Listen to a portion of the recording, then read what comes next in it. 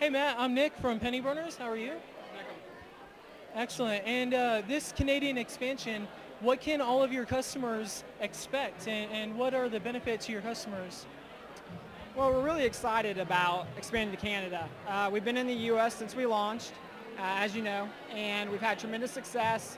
There's been a lot of demand for penny auctions in the U.S., and really we just want to continue to spread QuiBids and allow others in other countries to get to experience QuiBids.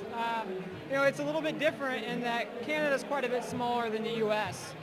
So this is a much smaller population, and because of that, we've decided to keep Canada separate. So we aren't mixing auctions, the U.S. auctions with Canada. We're keeping those customers separate and offering them products and services that are more fitting, not services, but products that are more fitting for their country. Specifically, as many of you know that are watching, we do a lot of gift cards.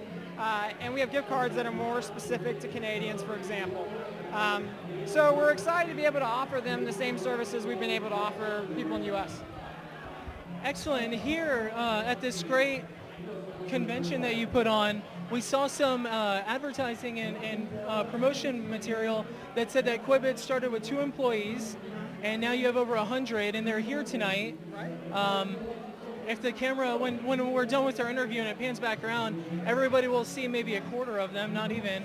But what exactly, who were the first 2 employees, and what was the growth like?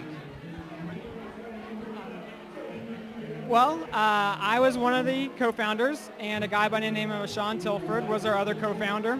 And Sean and I have been friends a long time, and one day we saw a company called Swoopo, and we saw what they were doing with penny auctions. They were the first to kind of create the model and bring it to the U.S. And one day, my friend Sean showed me the site, and within literally about 2 minutes, I said, Sean, we have to build our own. And he thought the model was fascinating. I thought the model was fascinating.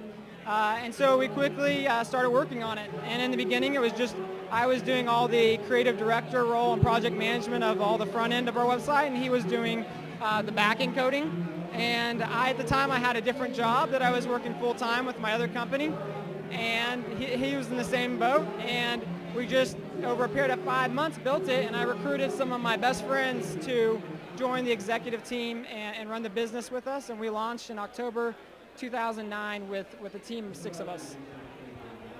And who are some of the other friends that are behind QuiBids right now? We've been talking with a lot, Jill Frand. What are some of the other of the backbone of QuiBids that you brought onto your team? Well, whenever you start a business that you hope to grow into a really big business, it's not easy unless you have people you can really trust. And I've been fortunate to have a lot of really talented, really bright friends that were eager to do something kind of entrepreneurial. So I recruited one of my best friends named Josh Duty to be our COO. My brother is our chief data officer. Jeff Gertz is his best friend from high school. So it's a guy I've known for the last 10 years of my life. And Sean Tilford, as I mentioned, was a friend of mine for a few years. And finally, our chief marketing officer is Bart Considine, and he was one of my best friends for a few years. So it happened to work out quite nicely, and I was lucky to be able to recruit friends I could trust.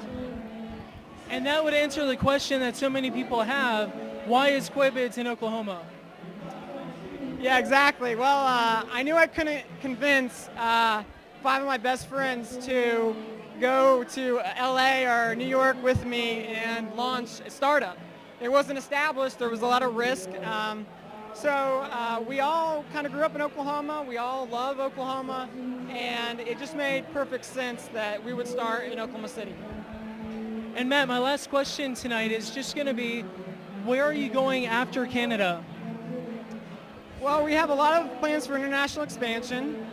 Canada is only the first in the start of our international expansion efforts, but we'll be going to UK, Australia. Those are the next couple. Then we'll go to New Zealand, Ireland, South Africa, and then once we get done with the non-English or the English-speaking countries, we'll move on to non-English-speaking countries such as France, Italy, Spain, Brazil, and others. So we have a lot of plans for international expansion. And all of those are going to be the same format where the auctions are separate from the U.S. auctions, so there's no real worry about competition? Well, it's unknown how that's going to work as we get completely international. There's a lot of challenges with running a penny auction business in multiple countries, but we might end up doing something like all of our Europe countries compete against each other on the same auctions, and we leave some separate as well. Great, thanks for your time.